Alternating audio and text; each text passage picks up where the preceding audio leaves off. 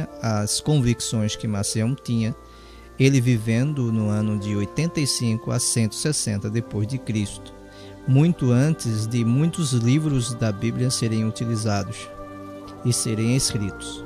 Então Marcião é um dos pais da igreja. Vamos ver como que Marcião acreditava nas Escrituras. Marcião, uma voz discordante. Marcião, 85 a 160 depois de Cristo. Introdução.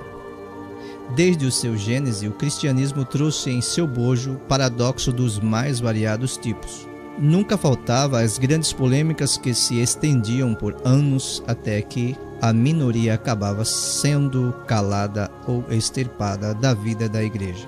Ainda nos primeiros anos, vemos as dificuldades cada vez mais crescentes de se manter uma coesão no que se concerne à mensagem única do cristianismo. Já nas correspondências paulinas, podem-se perceber a facilidade com que os princípios e ensinos do Evangelho tomavam inúmeras direções, em sua grande maioria contrastante.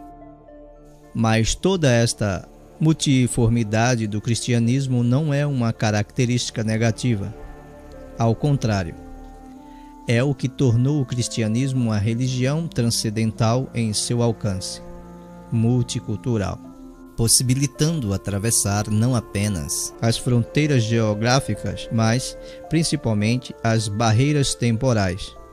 Deste modo, em todos os tempos, o cristianismo teve que enfrentar não apenas seus adversários externos, mas invariavelmente seus embates internos, que o obrigava a periodicamente revisar seus preceitos e dogmas. Tudo isto torna a história do cristianismo algo fascinante e enriquecedor para qualquer um que se disponha a debruçar-se sobre ela. A história do cristianismo é tudo menos sonolenta ou enfadonha. Caminhar na estrada da história do cristianismo é se surpreender a cada curva, pois sempre acabamos por descobrir novas peculiaridades e nuances.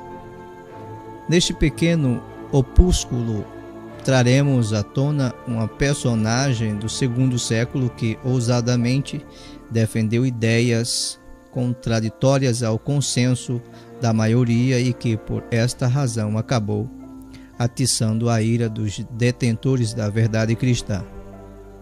Marcião, ainda que classificado por muito como herege, fez pelo cristianismo muito mais do que centenas de outros que apenas repetiam como papagaios os conceitos que lhes foram passados. O posicionamento e questionamento de Marcião possibilitaram ao cristianismo uma profunda e ampla autoanálise, do qual emergiu-se um cristianismo maduro e consistente. Origem de Marcião. Marcião, 81 a 160. Nasceu em Sinope, num ponto às margens do Mar Negro, filho do bispo cristão do lugar, o qual o expulsou. Ainda não sabemos o real motivo. Rico, dono de muitos navios, transferiu-se para Roma por volta de 139. Filiou-se à congregação romana, destinada a uma quantia volumosa em dinheiro às suas obras de benemerência. Entretanto, seu esforço no sentido de fazer com que a Igreja Romana voltasse ao que ele considerava o Evangelho de Cristo e de Paulo resultaram na sua própria excomunhão, por volta de 144. Tendo, a esta altura, atraído muitos seguidores, fundou uma igreja separada. Relativamente pequeno é nosso conhecimento sobre Marcião, visto que seus trabalhos foram destruídos, ou perdidos, ou ambos. O que é conhecido da sua vida, obra e teologia são encontradas nas obras de seus opositores Justino Mártir, 110 a 165 d.C., Irineu, 120 a 202 d.C., Epifânio, 315 a 403, principalmente. Pessoal, agora vou comentar. Basta ao discípulo ser como seu mestre e ao servo como seu senhor. Se chamaram Beelzebu ao dono da casa, quanto mais a seus domésticos. Mas o mestre da lei, que havia descido de Jerusalém, exclamava: ele está possuído por Beelzebul, e mais, é pelos príncipes dos demônios que ele expulsa os demônios. Então, pessoal, se chamaram Cristo assim, imagina a Marcião. Devemos dar a credibilidade para quem estava muito mais próximo do Messias, no tempo mais próximo do Messias.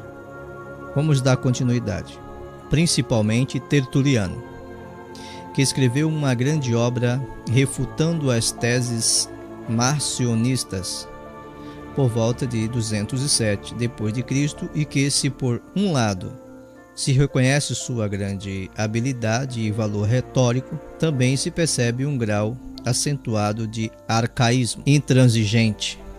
A obra a qual se refere Tertuliano denomina-se Antiteses, e que possivelmente devia se constituir em duas partes: uma histórica e dogmática, destinada a demonstrar como os autênticos evangelhos havia sido alterado, e outra exegética, para explicar o texto do Novo Testamento.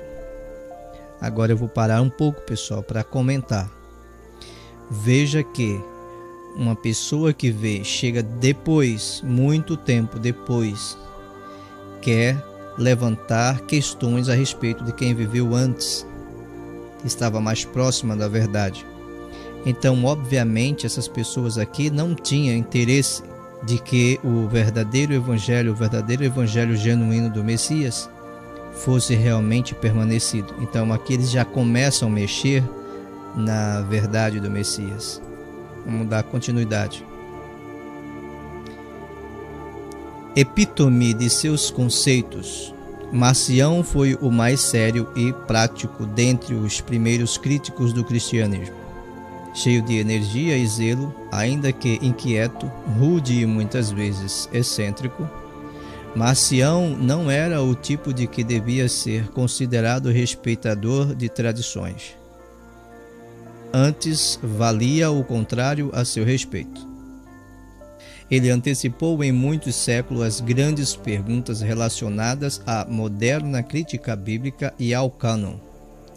Ele antecipou a oposição do racionalismo ao Antigo Testamento e às chamadas epístolas pastorais e o debate concernente ao Jesus histórico. A base e ideias de Marcião é muito semelhante aos dos chamados gnósticos, sintetizados no livro Antiteses, onde quis mostrar os contrastes entre o Velho e o Novo Testamento. A sua grande questão foi a de relacionar um com o outro, pois, sendo um antilegalista, entendia que o Evangelho tinha sido distorcido, tornando-se necessário recolocá-lo nas simplicidades e verdades que Jesus havia anunciado. Marcião insistia que a Igreja havia obscurecido o Evangelho por procurar harmonizá-lo com as ideias do Velho Testamento.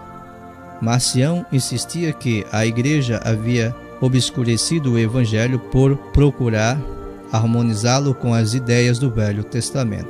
Ele e seus posteriores seguidores afirmavam que Jesus Cristo trouxera uma concepção de um Deus de amor, enquanto que o Deus do Velho Testamento era vingativo, criador de um mundo mau e de lei judaica. Portanto, devia ser rejeitado pelos cristãos.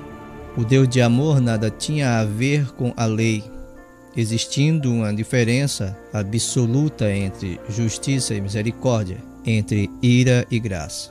Para ele, não era pela fé na morte de Jesus que o homem é salvo, mas pela fé num Deus revelado por Jesus, e isso era a negação de um dos aspectos básicos da linha tradicional da Igreja, e com certo cunho modalista. Afirmava que Jesus Cristo é o outro nome do Deus bom e que o Deus do Velho Testamento conseguiu a sua crucificação, a crucificação do Messias. Só que ele não morreu, tendo havido apenas uma ilusão para aqueles que insistem na separação entre alma e corpo, colocando o aspecto físico como mal e o espiritual como bom.